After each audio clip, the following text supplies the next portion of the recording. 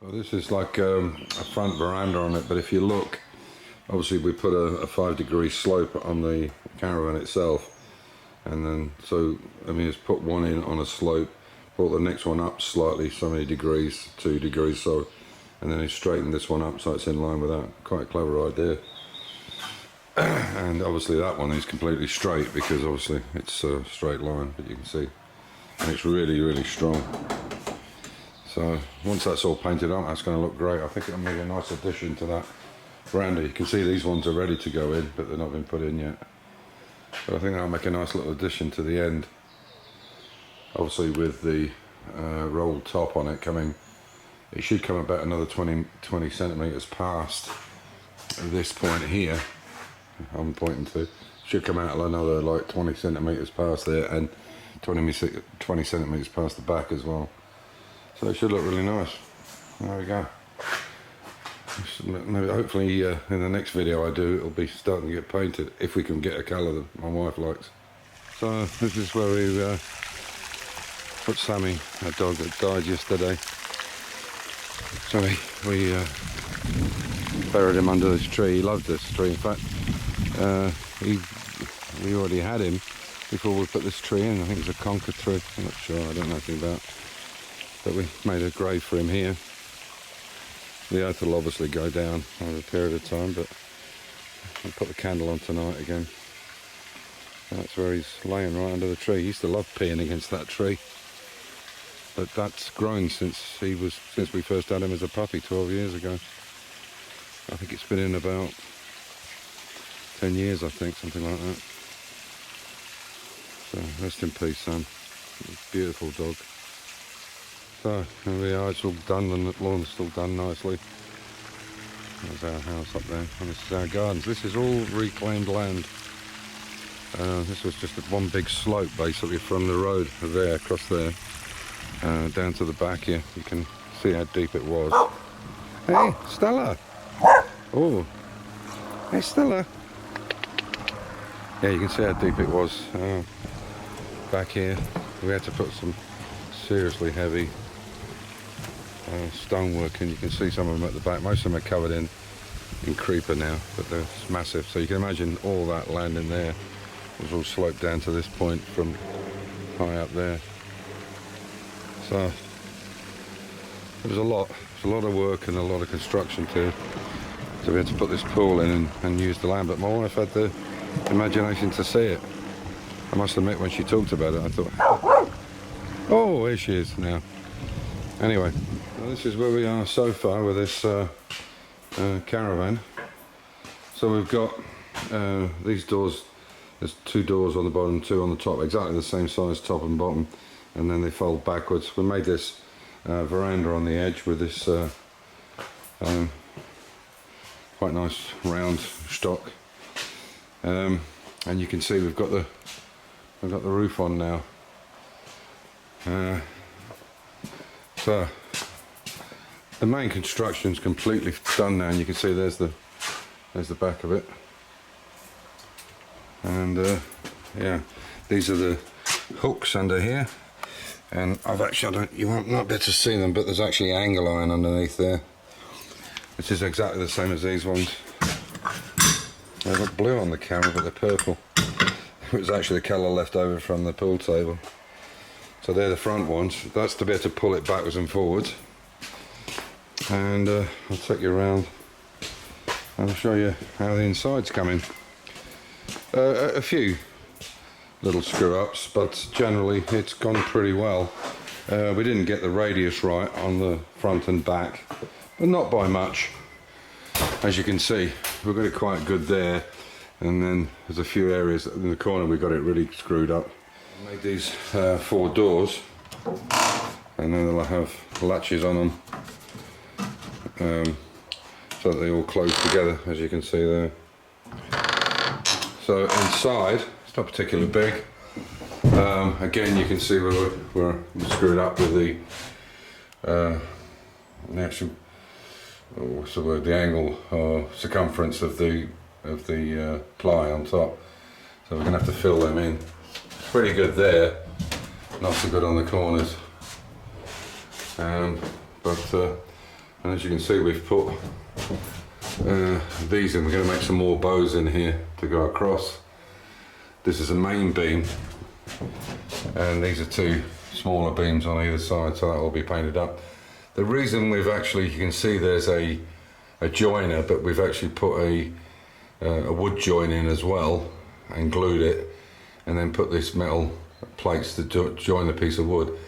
And the reason is I couldn't get a 4 meter piece joint, or a 4 meter piece of wood that wasn't badly warped or turned, or that I could only find 2.5 meter ones, and we have to join them together because obviously they go right the way through and up the front, like you'll see here. So you see it sticking right the way through there, and that was the only way we could get one that was reasonably straight. I'd looked at loads and loads of them, every one of them was warped, twisted, but that's how this whitewood is, or this pine is. It's not it's twisted very easily. But anyway, so that's how it'll look inside. We've started putting the corner pieces in, and that's how the windows will be, obviously like that. And there'll be a little day bed across here, and a little table and some stools to sit on, so they can. We'll put power to it. We have power in the garden where it's going, so we'll put power into it at night. So if any of the nieces and nephews or children want to stay in it overnight, then they're more than welcome. Now with the glass, I'm not going to put glass in it. I'm going to buy plexiglass for a couple of reasons. One is it won't get smashed in the wind if the wind catches the windows, even if we have them on hooks. And the glass is extremely heavy, and these frames are very old and they're not in the greatest condition, as you can see.